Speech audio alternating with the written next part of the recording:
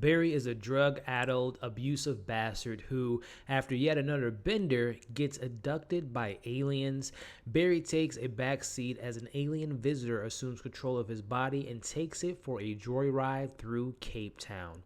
What follows is an onslaught of drugs, sex, and violence as our alien tourist enters the weird and wonderful world of humankind. Hey, what's going on, everybody, and welcome back to my channel, Movie Files. Elliot back again with another Fantasia Film Festival movie review, and today we're talking about Fried Barry, a very interesting movie. Very excited to let you all know what I thought about this film in this non-spoiler review. Before we dive into the details, as you all can see on the screen now, make sure you're following me on all my other social media accounts. That way you can stay up to date with what's going on here at Movie Files. If you are new to this channel, welcome. Subscribe, hit the notification bell so you don't miss any of my new videos. Give this video a thumbs up. Helps out the channel, but I also really appreciate it.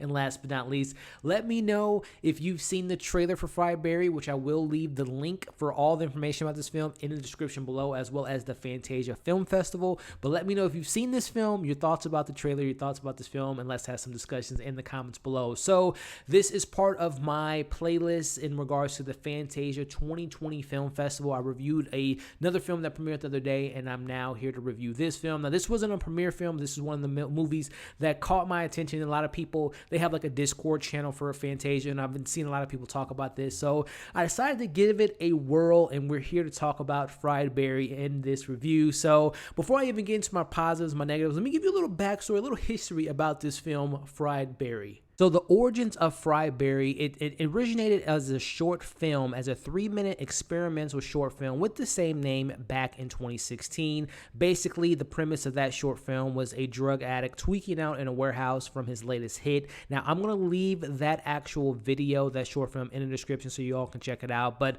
with that film, it got a lot of positive feedback from horror sites, kind of small independent film festivals. I believe it was over 59 different festivals that was in 2016 all the way to 2018 for a 2-year run, and then it was nominated and won 13 different awards. So the director, Ryan Kruger, he said that this wasn't his intention to make this to a feature film, but based on the praise and all the things that people said about the film, here we are with this movie being made. Short film turned into an hour and a half of comedy, thriller, horror, alien invasion type of film. So what did I think about Ryan's first film? I'm going to start off with him since, you know, he's the director of this movie. This is his baby. This is his passion project per se. So as a director, man, I think that Ryan has some potential as far as seeing feature films. I do think there are some rough around the edges at some points, whether it be editing choices, whether it be the pacing of the film, the story. He was the writer of this film, so I thought that some of the story elements were very interesting, very intriguing to say the least, but there are some things that I can definitely see him working on for his next feature film. But going back to the positives, experimental film, short film turned into a feature film. I thought that he did a really good job of kind of taking that 3-minute premise and really expanding upon this dope head, crackhead, drug addict gets invaded, gets his body taken over by the alien. That concept, number one, is just really interesting. And then seeing the journey and how the direction was given to that journey,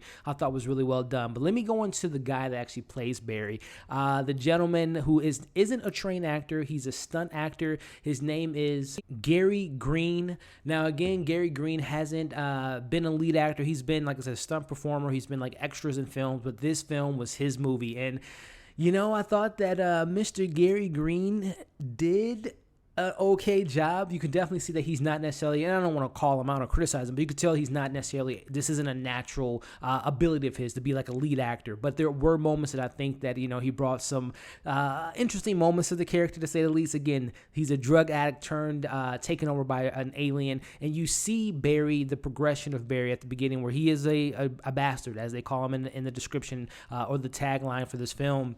And seeing him kind of change with the alien taking over his body, being more remorseful, being more of a caretaker, helping out people, impregnating women, taking hell of a lot of drugs as an alien. It was a very interesting performance by, to say the least, by Gary Green. I think that, again, for him, this being his first lead movie in a very interesting role and an interesting premise, I thought he did a pretty fine job. Now, in regards to other things I liked about the film, again, with it being experimental, the color palette, the soundtrack, this kind of techno, neo type of music in regards to just kind of 90s techno vibes. I thought that the soundtrack was pretty interesting and really kind of immersed you in this kind of heady, trippy, to say the least, film. I thought the cinematography was pretty clean at points, especially when we get to those more alien moments, those more dream sequences, as well as seeing the progression of whenever this alien interacted with someone, whether it be at the loony bin, whether it be at this guy kidnapping kids, and it's just so many absurd things that Barry gets himself into. I should say the Barry alien gets himself into. That was a very interesting journey, to say the least. I never was dull by this film.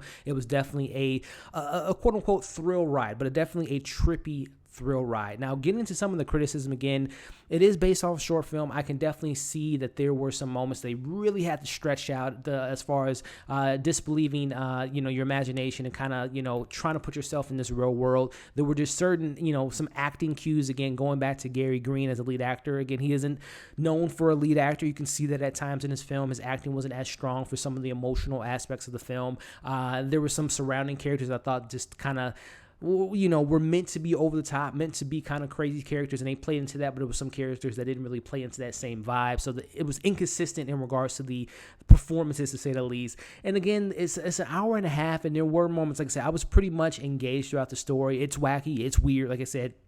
There's a scene, when I get into spoilers, where Barry has sex with a lot of women, but this one woman in particular, and a very interesting scene, to say the least, in regards to potentially having a love child. I'll just kind of leave it at that.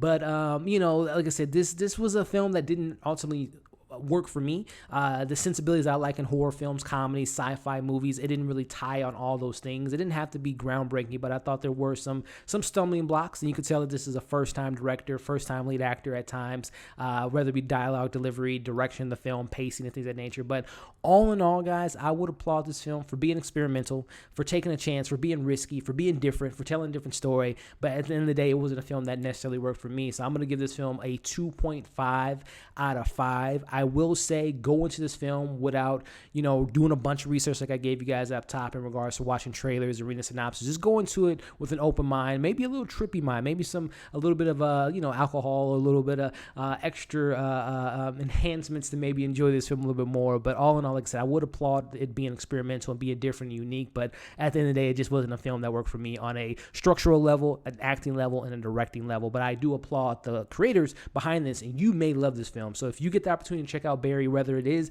at the Fantasia Film Festival, whether it is, once it comes out on VOD, which I don't believe has been picked up yet in regards to distribution. But if you do come across this film, check it out. Let me know your thoughts when you see Fried Barry. So as always, guys, like, share, comment, subscribe. I will try to pump out more of these Fantasia Film Festivals. I have a bunch of films that I have requested. I have in my queue, and I plan on watching this weekend. And as the week goes by, and once we hit September 2nd, when the festival ends, I'm going to try to at least get 10 reviews or more on this channel to give you guys my thoughts on these independent films. So I love highlighting independent directors, filmmakers, movies, and let you all know what I think about it. So as always, thank you for watching this review. Leave your comments below. Check out my content that's currently on my channel now. Hope you all are staying safe, and we'll see you in the next video.